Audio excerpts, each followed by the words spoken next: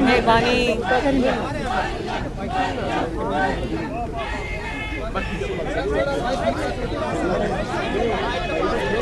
इधर हो जाऊं, सॉरी। शकूर साहब, मैं मीडिया से बात करने लगी हूँ। खामोश।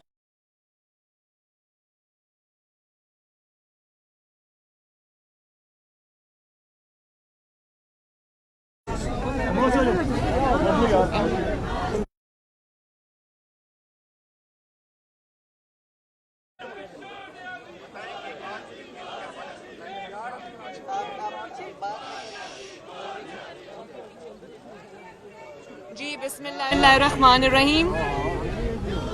बहुत शुक्रिया आप सबका।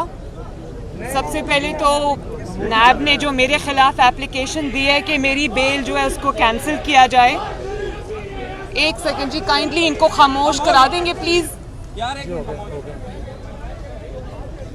तो मैं ये चाहती हूँ कि जिस शख्स ने मेरी बेल कैंसिल करने की नैब में जो दरख्वास्त लिखी है, मैं उस अपने हमदर्द को नैब में देखना चाहती हूँ कि वो हमदर्द कौन है मेरा नैब में, और कौम को भी वो चेहरा दिखाना चाहती हूँ कि किस अक्लमंद ने वो दरख्वास्त लिखी है जिसमें उन्होंने कहा कि मरियम ऐसे अदालत में आती हैं, ऐसे जाती हैं, ये खाती हैं, ये पीती हैं, ऐसे सलाम करती हैं, ये बात करती हैं। तो मुझे उस दरख्वास्त को जब मैंने पढ़ा तो मुझे ऐसे लगा जैसे बच्चे डर रहे हैं, और मैं ये समझती हूँ कि उसका चेहरा उस शख्स का जिसने ये दरख्वास्त लिखी है कौम को दिखाया जाना चाहिए, ताकि हमें पता चले कि ये इतना इंटेलिजेंट और सुपर इंटेलिजेंट इंसान कौन है जो अपनी दरख्वास्त के ज़रिए नैब पूरी कौम को ये बता रहा है कि मरियम ने जो एप्लीकेशन सबमिट की है जनरल फैज़ के ख़िलाफ़ इस्लामाबाद हाई कोर्ट में, उसका हमारे पास कोई जवाब नहीं है। और उसके जवाब में वो ये कह रहे हैं कि क्योंकि मरियम ऐसे फैक्ट्स को सामने ला रही है जो उनके केस को और पूरी साजिश को डिमोलिश करता है, लिहाजा मरियम को जेल में डाला जाए। और मैं चाहती हूँ कि उसका चेहरा कौम को दिखाया जाए ताकि हम उसको 21 नहीं 22 तोपों की सलामी पेश करें जी। और अब आप मुझे, चाहे आपको ये पता होना चाहिए, दरख्वास्त देने वालों को भी पता होना चाहिए, जो भी उस दरख्वास्त के पीछे उसको ये पता होना चाहिए कि अगर ये मुझे डराने के लिए है तो आपको ये इल्म होना चाहिए कि अल्लाह का शुक्र है मैं ना आपकी गिरफ्तारी से डरती हूँ, ना आपके जाली मुकदमे से डरती हूँ, ना आपके जाली केसेस से डरती हूँ, ना मैं नैब से डरती हूँ। और ये अगर वो समझते हैं कि वो इसके ज़रिए मुझे डरा लेंगे तो उनकी भूल है। बिल्कुल इंशाअल्लाह ताला मुझे इससे कोई फ़र्क नहीं पड़ता। आप करें मुझे गिरफ़्तार, करें मेरी बेल कैंसिल, ताकि दुनिया को पता चले कि आप सच से कितना डरते हैं। मैडम ये बताइए, एक में बारी में आपने कहा था कि नवाज शरीफ ने जो 2 अभी सिलेक्टेड और सिलेक्टर्स एक पेज पे उनके टुकड़े कर दिए, अब 2-3 दिन से वही शशुपन जारी, तो क्या आप लोग कामयाब हो गए उस एक पेज वाले को तोड़ने में? सच को एक ना एक दिन सामने आना होता है।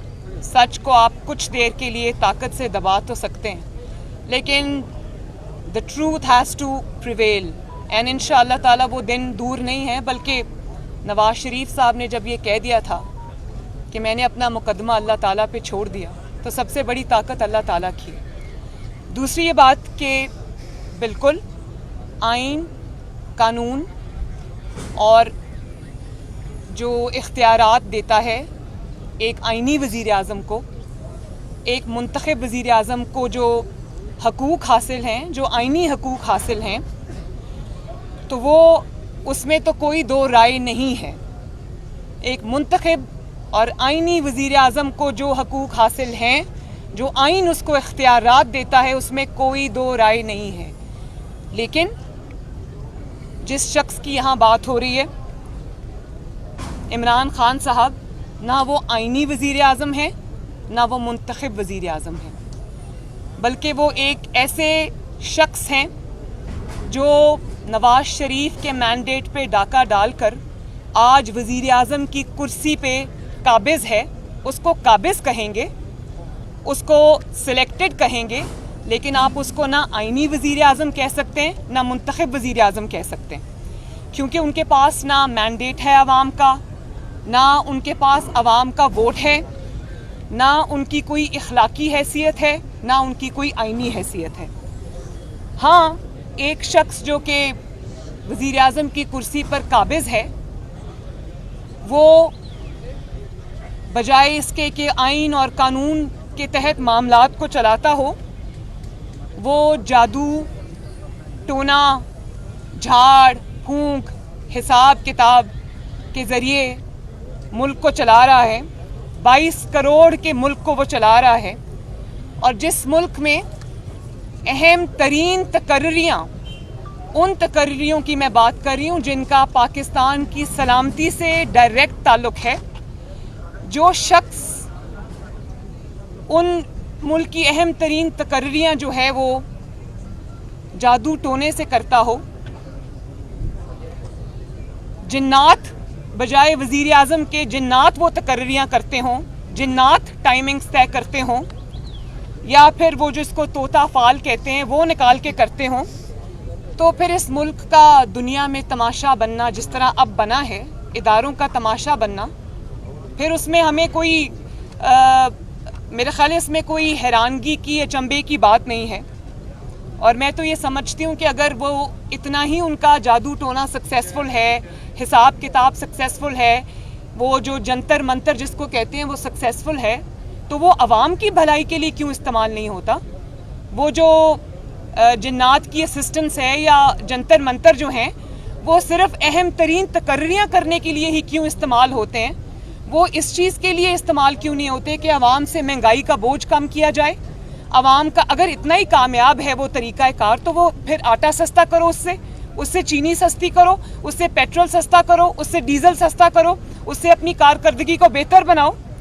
तो बात यह है कि ये ना अपने आईनी इख्तियारात के इस्तेमाल का मसला है, ना ये वज़ीर आज़म के इख्तियारात के इस्तेमाल का मसला है, ना ये किसी जमहूरियत का मसला है, ना किसी जमहूरी असूल का मसला है, ना ही ये कोई आईनी किरदार का मसला है। ये अपनी ज़ात को और अपनी हुकूमत को चंद दिन और मोहलत देने का नुस्खा है। समझ नहीं आ रही, पूरी कौम को समझ नहीं आ रही कि आपने पूरे मुल्क को एट अ ग्राइंडिंग हॉल्ट आप ले आए हैं। पूरा मुल्क इस वक्त बंद है, इदारों का, मुल्क का तमाशा बन चुका है, सिर्फ इसलिए कि एक शख्स को आपने रिटेन करना है, क्योंकि वो आपकी हुकूमत चलाता है, वो आपके अपोनेंट्स को के लिए अखाड़ पिछाड़ करता है। तो समझ नहीं आ रही कि ऐसा क्या मामला दरपेश आ गया? क्या कौम को आपने बेवकूफ़ समझ रखा है? आप समझते हैं कि आपकी इन हरकत और सकनात का कौम को इल्म नहीं है कि इसके पीछे बात क्या है।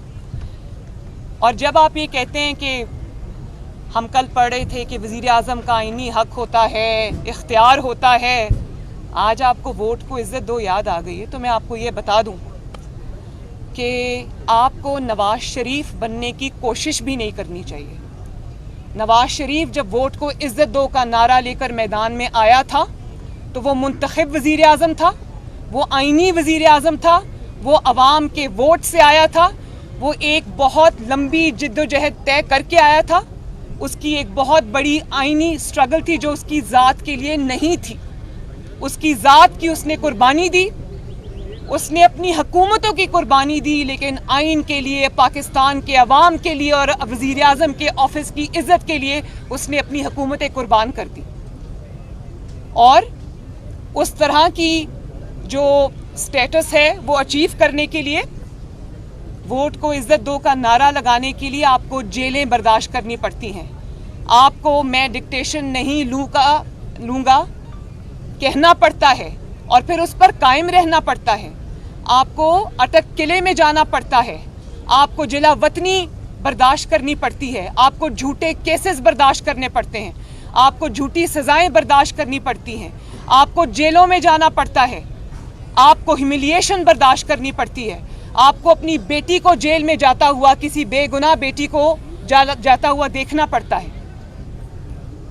तो आप इमरान खान साहब से मैं ये पूछना चाहती हूँ कि उनकी सियासी पहचान क्या है, उनका सियासी तशख़्ख़ुस क्या है।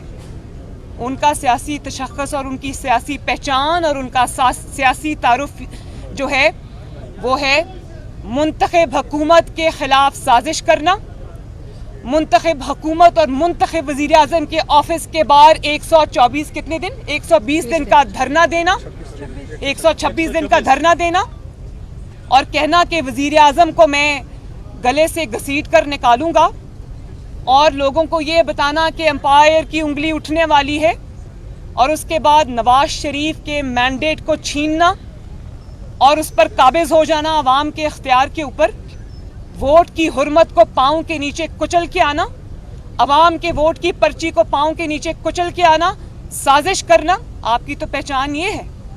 तो आपका असूल से, आपका जमहूरियत से, जमहूरी जद्दोजहद से, एक आईनी वज़ीर आज़म के इख्तियारात से, उसकी इज़्ज़त से आपका कोई लेना देना नहीं है, आपका कोई वास्ता नहीं है। तो नवाज शरीफ बनने की तो कोशिश भी ना करना और शेर की खाल पहनने से कोई शेर नहीं बन जाता। मैडम एक सेकेंड, और फिर आप कहना चाहते हैं ये? तो बात ये है कि आपकी जो पूरी सियासी जिद्दोजहद है पिछले 8-10 साल की, वो जमहूरियत के ख़िलाफ़ साजिश से इबारत है। और अगर आप ये समझते हैं कि आज आप बदतरीन नालायकी, नाअहली, करप्शन स्कैंडल्स के बाद अगर आपको ये अपनी फेस सेविंग नज़र आ रही है कि आप इसमें सियासी शहीद बन जाएंगे, तो ये ना होगा इंशाअल्लाह ताला, ना अवाम ये होने देगी, ना हम ये होने देंगे। आपको अवाम के ऊपर आपने पिछले 4 साल में जो मज़ालिम ढाए हैं, आपको उसका जवाब देना पड़ेगा।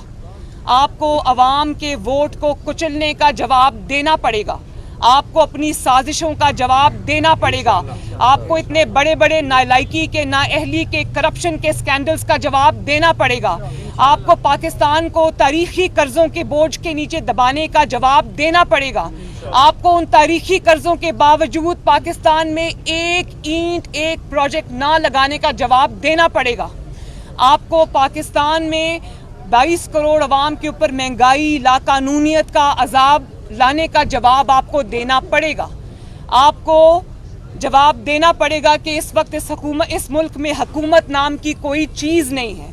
आपको पूरी दुनिया में पाकिस्तान को रुस्वा करने का, बदनाम करने का जवाब आपको देना पड़ेगा। इसके जिम्मेदार आप हैं। और नवाज शरीफ साहब जब अवाम की खातिर वोट को इज्जत दो का नारा लगाकर पाकिस्तान में निकले थे, अब अवाम के अंदर निकले थे, तो उनके नारे को पजीराई इसलिए मिली थी कि उनके पीछे एक स्ट्रगल थी और कारकर्दगी थी जिसमें 5.8 पे ग्रोथ थी। दुनिया में पाकिस्तान का नाम हो रहा था, सीपेक आ रहा था, मुल्क तरक्की कर रहा था। तो आपके पास तो ये सब नहीं है। और अगर आप इस बदतरीन कारकर्दगी को छुपाने के लिए इस वक्त कोई ऐसा नारा नवाज शरीफ की तकलीद में लगाना चाहते हैं तो आई एम सॉरी, ये अब नहीं चलेगा इंशाल्लाह। मतीउल्लाह साहब, एक मिनट मतीउल्लाह, एक सेकंड, ऐसे नहीं।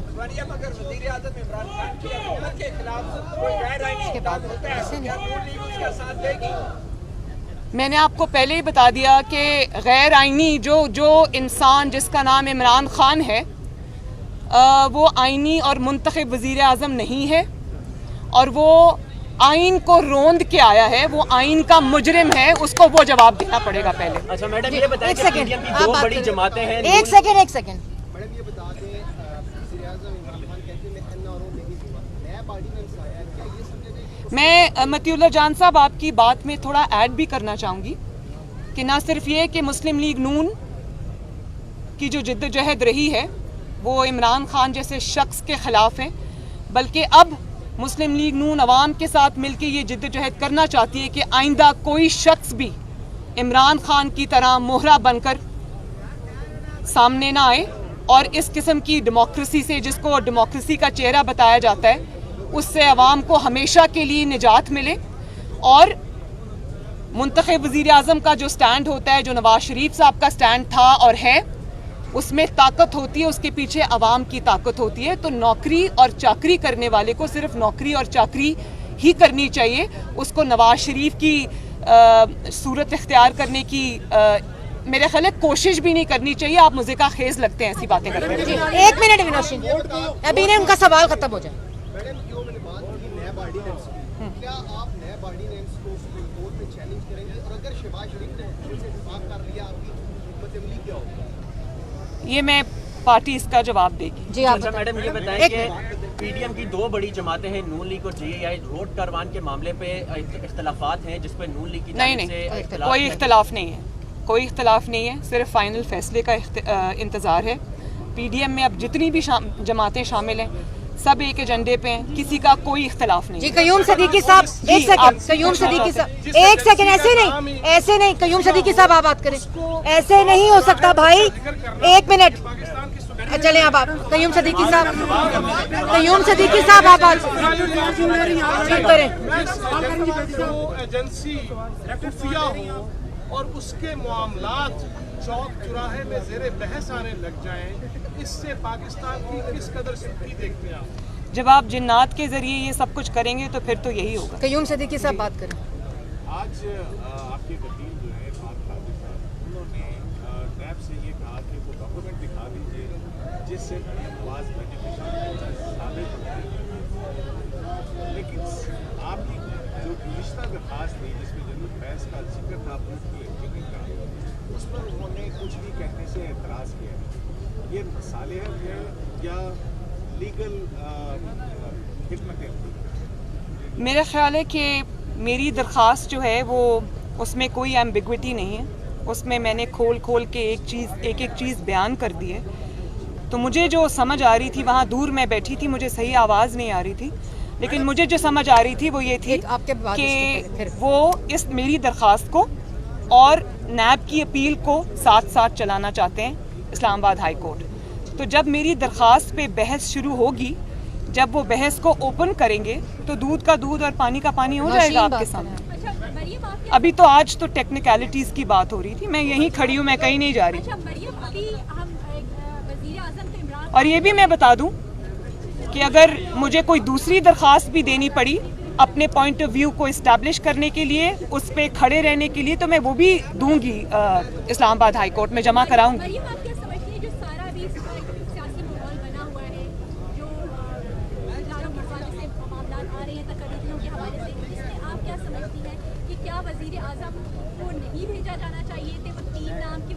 मैंने आपको इसका जवाब दे दिया है नौशीन, मैंने आपको दे दिया है कि ये अगर अपने आप को हुकूमत अपनी बचाने के लिए हो रहा है और अगर आपकी टाइमिंग ऊपर नीचे हो रही है क्योंकि जिन्नात कुछ कह रहे हैं और आपका हिसाब किताब कुछ कह रहा है, तो ऐसे लोगों पे समझ नहीं आती कि इंसान हंसे या रोए कि ये कोई छोटा मुल्क नहीं है, ये 22 करोड़ अवाम का मुल्क है और 22 करोड़ अवाम की किस्मत का फ़ैसला, इस मुल्क के अंदर जो सबसे ज़्यादा वाइटल और इम्पॉर्टेंट फ़ैसले हैं, अगर वो इस किस्म के तरीक़ों से होंगे तो इस मुल्क का अल्लाह हाफिज़ है। वो इज्जत दो कि आप बात कर रही हैं, एक हफ्ते से एक अहम अदारे की सरबराही का जो मामला है वो अटका हुआ है, इस पर आप इमरान खान की मौक़िफ़ की हिमायत करेंगे? चलो, मैंने जो बात करनी थी मैंने कर दी। आप बात करें। आपने जो बात की पॉलिटिकल इंजीनियरिंग की 2016 में हुई, आप 5 साल बाद उस मामले को हाई कोर्ट में लेके आइए मैडम, 5 साल के बाद आपने ये, आपकी तो इन्फॉर्मेशन बिल्कुल गलत है, सॉरी, आपकी इन्फॉर्मेशन गलत है। ये जो वाक़या हुआ था जिसको मैंने अपनी दरख्वास्त में कोट किया है, ये 2018 की बात है। 2018 जी नहीं, ये मेरे केस से मुतल्लिक है। इलेक्शन में जो हुआ वो पूरे कौम के सामने है। मुझे उस वक्त सज़ा हो चुकी थी और सज़ा के बाद ये बात सामने आई, मेरी सज़ा के बाद, वर्डिक्ट के बाद ये बात सामने आई, प्रॉबली जब मैं जेल में थी, तो उस वक्त ये बात सामने आई। तो फिर मुझे अब अपील के ज़रिए ये सारे हक़ाइक़ एक रेलेवेंट मौके के ऊपर सामने रखने थे, मैंने रख दिए। आखिरी सवाल, आपने दरखास्त में कहा है कि शौकत सिद्दीकी साहब को और डीजीपी साहब को बुलाया जाए अदालत जी, आपकी दरखास्त पॉइंट नंबर 22 है कि बेनज़ीर भुट्टो को भी इस तरह का ब्रीफ दिया गया था ऑडियो स्कैंडल में, उसमें जस्टिस कयूम और उस वक्त के जो एहतसाब कमीशन के चेयरमैन थे सेनेटर जो अब आपके रिलेटिव भी हैं, उनकी ऑडियो लीक हुई थी सेनेटर सैफुर रहमान साहब की और उस वक्त के जस्टिस कयूम की। अगर अदालत जुनेद सफदर की अब फादर इन लॉ को बुलाती है तो वो आएंगे और आप इस चीज़ को कंडेम करेंगे कि उस तरह की ऑडियो लीक होने के बेनिफिट 7 साल बहुत शुक्रिया। एक तो उसका फैसला हो चुका हुआ है, दूसरा मेरे केस से मुतालिक मुझसे बात करें आप कहीं। बस है बस। Thank you, thank you.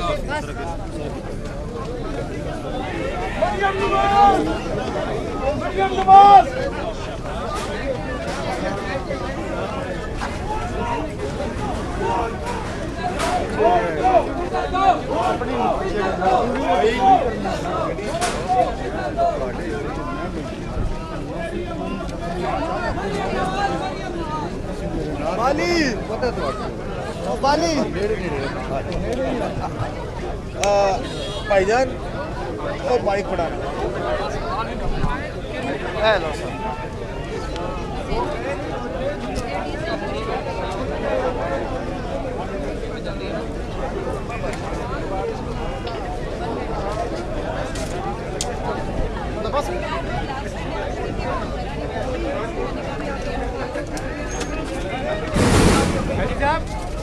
Radio charge खत्म हो गया है।